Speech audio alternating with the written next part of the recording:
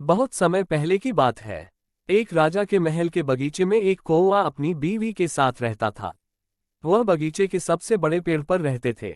उसी पेड़ के नीचे एक अजगर का बिल था। कौवे को पता था कि अजगर वही रहता है, फिर भी वह उस पेड़ पर ही काफी समय से रहते थे। दोनों कौवे सुबह के समय भोजन की तलाश में निकल जाते थे और शाम को खाना लेकर लौटते थे। इसी तरह समय बीत रहा था। एक दिन मादा कौवे ने 2 अंडे दिए। दोनों बहुत खुश थे। अगले दिन दोनों कौवे अंडों को घोंसले में छोड़कर सुबह खाना ढूंढने चले गए। शाम को वह खाना लेकर लौटे।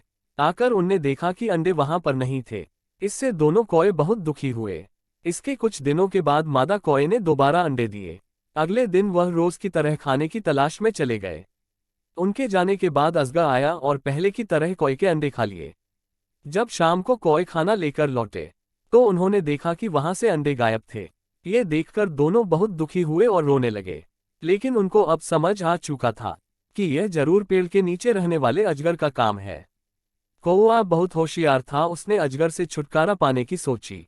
उसने एक दिन जब रानी तालाब में नहा रही थी तब रानी का एक हार चुरा लिया। सैनिकों ने ये सब देख लिया। वह कौवे के पीछे लग गए। कौवे ने वह हार ले जाकर अजगर के बिल में डाल दिया। जब सैनिक हार निकालने लगे तो उनको अजगर दिखाई दिया। सैनिकों ने अजगर को मार दिया और हार ले लिया। इस तरह कौवे ने अजगर से छुटकारा पा लिया और दोनों खुशी से रहने लगे।